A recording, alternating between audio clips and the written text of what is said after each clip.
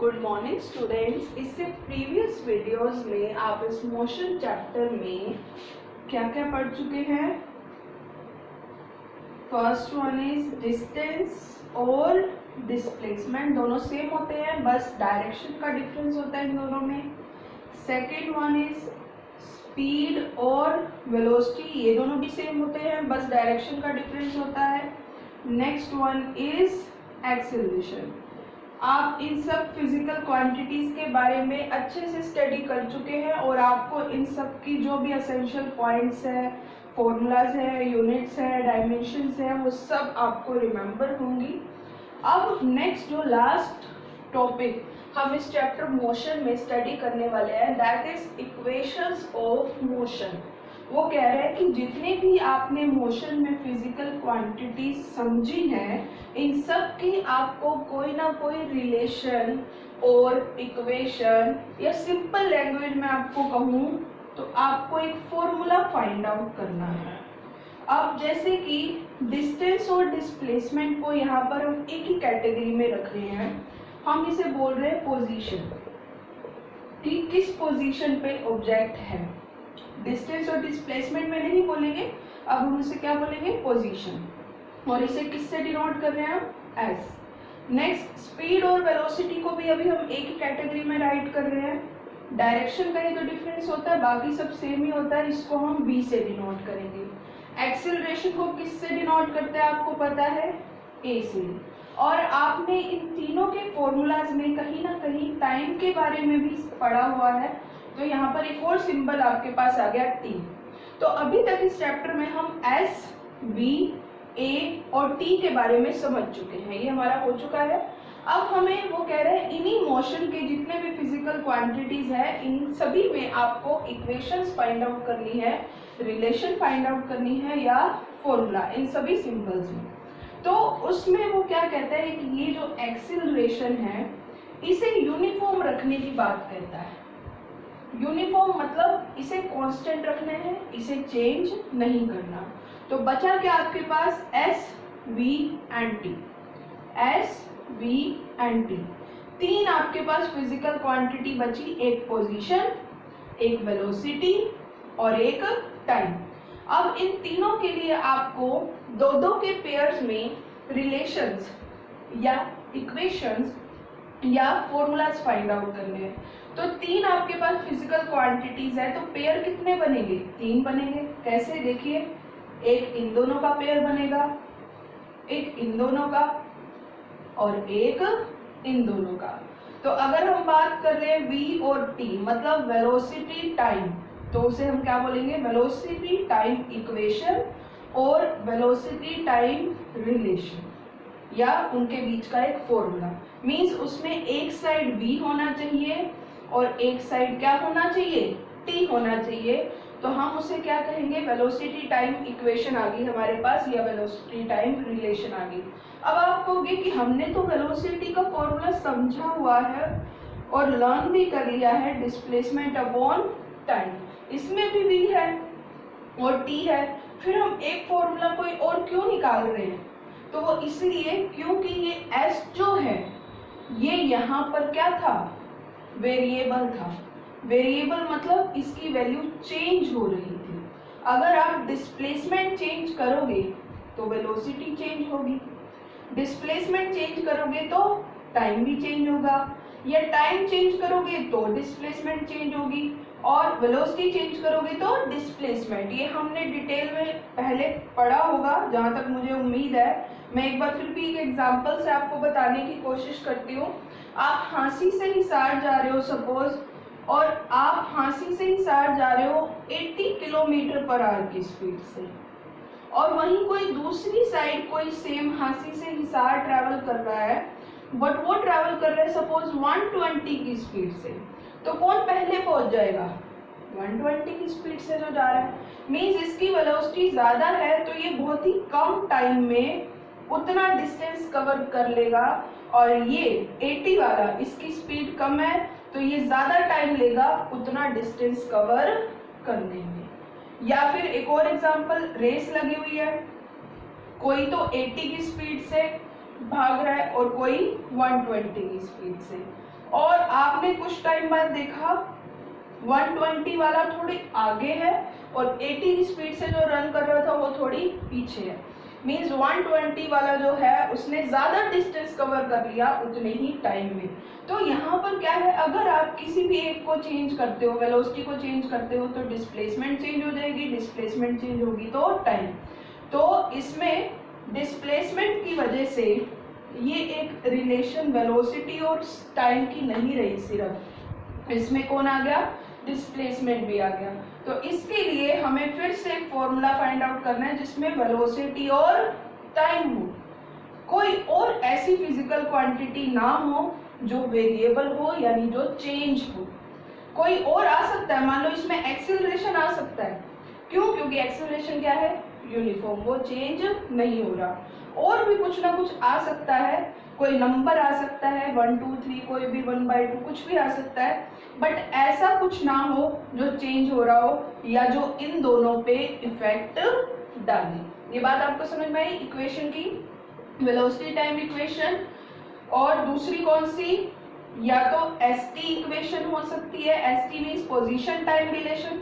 इसका भी वही मतलब है कि एक तरफ पोजीशन हो, एक तरफ टाइम हो, और ये दोनों एक दूसरे पर डिपेंड कर रहे हो, कोई तीसरा या चौथा या कोई भी और नहीं आना चाहिए इनके बीच में जो इनके बीच की रिलेशन को क्या कर सके, खराब कर सके। कोई कांस्टेंट आ जाए वो चलेगा, बट कोई वेरिएबल नहीं आना चाहिए इसमें। और लास्ट इक्वेशन जो आपकी बनेगी, थर्ड इक्वेशन, वो होगी, मैं यहाँ राइट कर देती हूँ, position velocity relation. S represents here position and V represents here velocity. तो इन दोनों का भी सेम कंसेप्ट है कि v और s एक दूसरे पर डिपेंड करते हो, इनके साथ कोई कांस्टेंट आ जाए, कोई नंबर आ जाए, लेकिन कोई और फिजिकल क्वांटिटी नहीं आनी चाहिए। तो यहाँ पर हम ये बात समझ गए, इक्वेशन ऑफ मोशंस मतलब फाइंड आउट करना, मतलब सिंपल सी बात, आपको फॉर्मूला फाइंड आउट करना है। मोशन में हम 4 चीजें पढ़ चुके हैं, तो इन चारों के बीच में फॉर्मूला फाइंड आउट करना होगा, लेकिन उसमें एक्सेलरेशन को उन्होंने एग्जाम्पशन में रख दिया, कहा इसे छोड़ दो, तो बचे 3, और तीनों का एक साथ हमें रिलेशन नहीं फाइंड आउट करना है, 2-2 के पेयर में फाइंड आउट करना है। तो टोटल कितनी इक्वेशन फाइंड आउट करनी है, 3। First one is velocity time, second one is position time, and third one is position velocity. ये तीनों रिलेशंस आज हम फाइंड आउट नहीं करेंगे, आज हम सिर्फ इनके बारे में समझ रहे हैं, और जिस तरीके से ये फाइंड आउट करनी है, जिस मेथड से, उस मेथड को थोड़ा सा समझेंगे। तो हमें ये जो equations of motion find out करनी है, वो फाइंड आउट करनी है बाय ग्राफिकल मेथड। तो हम यहाँ पर ग्राफ प्लॉट करेंगे वेलोसिटी और टाइम का। आप ग्राफ प्लॉट करना सीख चुके हैं, जैसे मैं बोल रही हूँ, अगर आपको वेलोसिटी और टाइम का ग्राफ प्लॉट करना है तो आप वेलोसिटी रखोगे वाई एक्सिस पे और टाइम रखोगे एक्स एक्सिस पे। जो पहले गिवन होता है उसको वाई एक्सिस पे रखते हैं, जो बाद में गिवन होता है उसे एक्स एक्सिस। मैं बोलूँ अगर डिस्टेंस टाइम का ग्राफ प्लॉट करो, तो इसका मतलब डिस्टेंस कहाँ आएगा, वाई पे, और टाइम कहाँ आएगा, एक्स एक्सिस पे। ये बात आपको समझ में आ गई। तो वेलोसिटी टाइम ग्राफ हमने प्लॉट किया।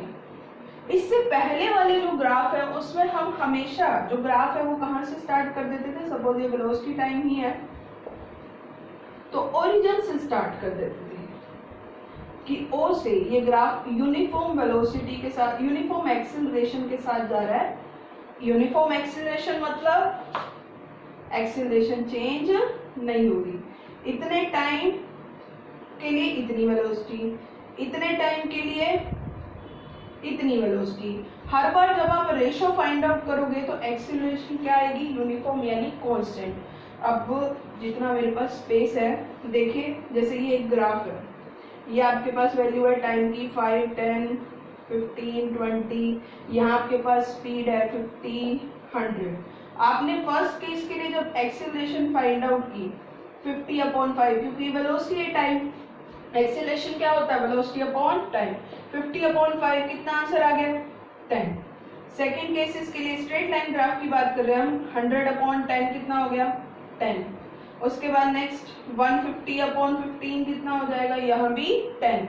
तो हर पॉइंट पे एक्सीलरेशन क्या रहने वाली है, यूनिफॉर्म। लेकिन ये ग्राफ कभी स्ट्रेट लाइन से स्टार्ट नहीं होगा, ग्राफ स्ट्रेट लाइन नहीं, सॉरी, ग्राफ कभी भी ओरिजिन से स्टार्ट नहीं होगा। स्ट्रेट लाइन तो आएगा लेकिन ओरिजिन से स्टार्ट नहीं होगा। क्यों नहीं स्टार्ट होगा, इसके पीछे साइंटिफिक रीजन है। साइंटिस्ट ने क्या बोला कि कोई भी ऑब्जेक्ट रेस्ट से एकदम वेलोसिटी में यानी मोशन में नहीं आता, यानी जीरो से एकदम कोई भी ऑब्जेक्ट मूव करना स्टार्ट नहीं करेगा। सपोज आपका स्कूटर जो है, स्कूटी है, बाइक है, वो खड़ी हुई है और आप उस पर रेस दिए जा रहे हो, क्या वो चलेगी? नहीं चलेगी। आपने फिर क्या किया, उसको स्टार्ट किया, उसके इंजन को स्टार्ट किया, उसे कुछ वेलोसिटी दी, आपने उसे कुछ सम अमाउंट ऑफ वेलोसिटी दी, उसके बाद वो यूनिफॉर्म वेलोसिटी से मूव करना क्या हुआ, स्टार्ट हो गया। कोई भी ऑब्जेक्ट जब रेस्ट पे है तो वो एकदम से मोशन में नहीं आता, आप उसे पहले कुछ वेलोसिटी दोगे। हमने उसे कितनी वेलोसिटी दी, u, उसके बाद वो यूनिफॉर्म एक्सीलरेशन से जब चलना स्टार्ट हुआ तब उसका ग्राफ इस तरीके का स्ट्रेट लाइन आया। तो ये ग्राफ हमने पहले ही प्लॉट कर रखा है। तो एक्चुअल ग्राफ ये है ए से बी का।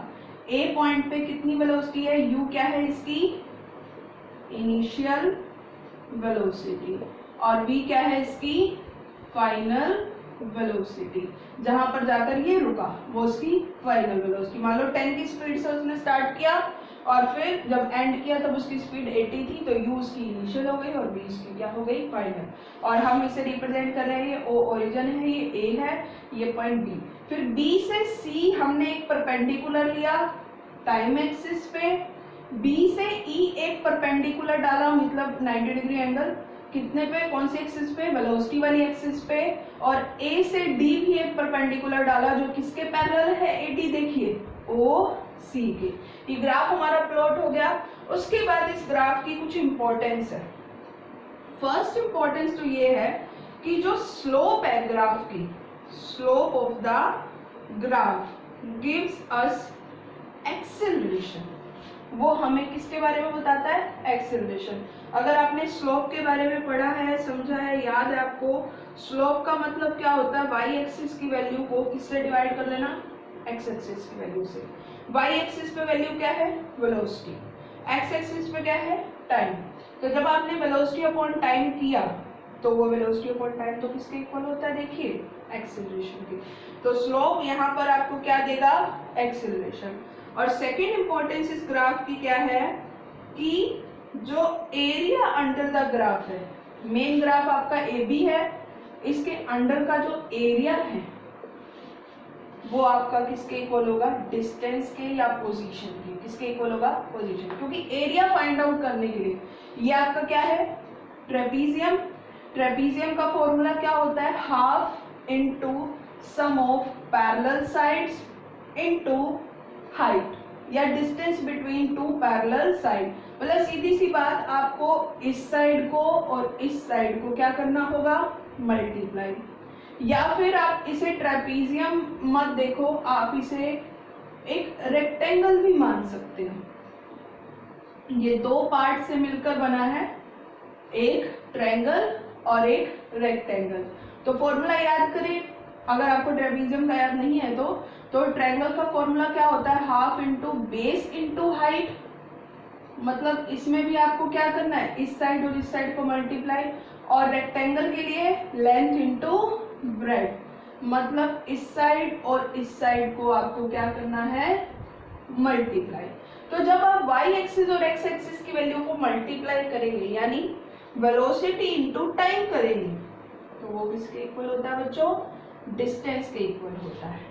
तो ये जो यहाँ राइट किया हुआ है वो सब ग्राफ से रिलेटेड है और ये इसकी इंपॉर्टेंस है, ये हमें इक्वेशन फाइंड आउट करने में यूज होंगी कि स्लोप जो होती है ग्राफ की वो किसके इक्वल होती है, एक्सेलरेशन के, और एरिया अंडर द ग्राफ जो होता है वो किसके इक्वल होता है, डिस्टेंस के।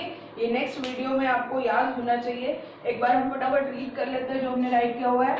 Let us consider an object moves under uniform acceleration. तो हमने ये सब कुछ यूनिफॉर्म एक्सेलरेशन में अज्यूम किया है। It moves with initial velocity u and then it increases to v in time t। देखिए जो हम समझते हैं डायग्राम में, ग्राफ में, वही सब हमें राइट करना होता है इंग्लिश में, वही लिखा हुआ है यहाँ पर। After plotting graph for this condition we get here O A is equal to U, O B is equal to ये जो अपना ओ बी है V, and O C is equal to D नहीं आएगा, सॉरी यार T आएगा. BC and BE are perpendicular drawn from point B on time and velocity axis respectively. यही था. BC हमने टाइम एक्सिस पे प्लॉट किया परपेंडिकुलर और BE वेलोसिटी एक्सिस पे, and AD is parallel to OC. So such that OA किसके equal होगा, OA किसके इक्वल होगा, CD. ये दोनों पैरेलल है तो CD भी किसके इक्वल हो गया, UD. OE किसके इक्वल है, OE किसके पैरेलल है, CB, सॉरी CB. ये भी किसके इक्वल हो गया, V. And AD is equal to OC, ये भी किसके इक्वल हो गया, T. तो ये आपको लर्न होना चाहिए इससे नेक्स्ट वीडियो तक के लिए. Okay students, that is it for today.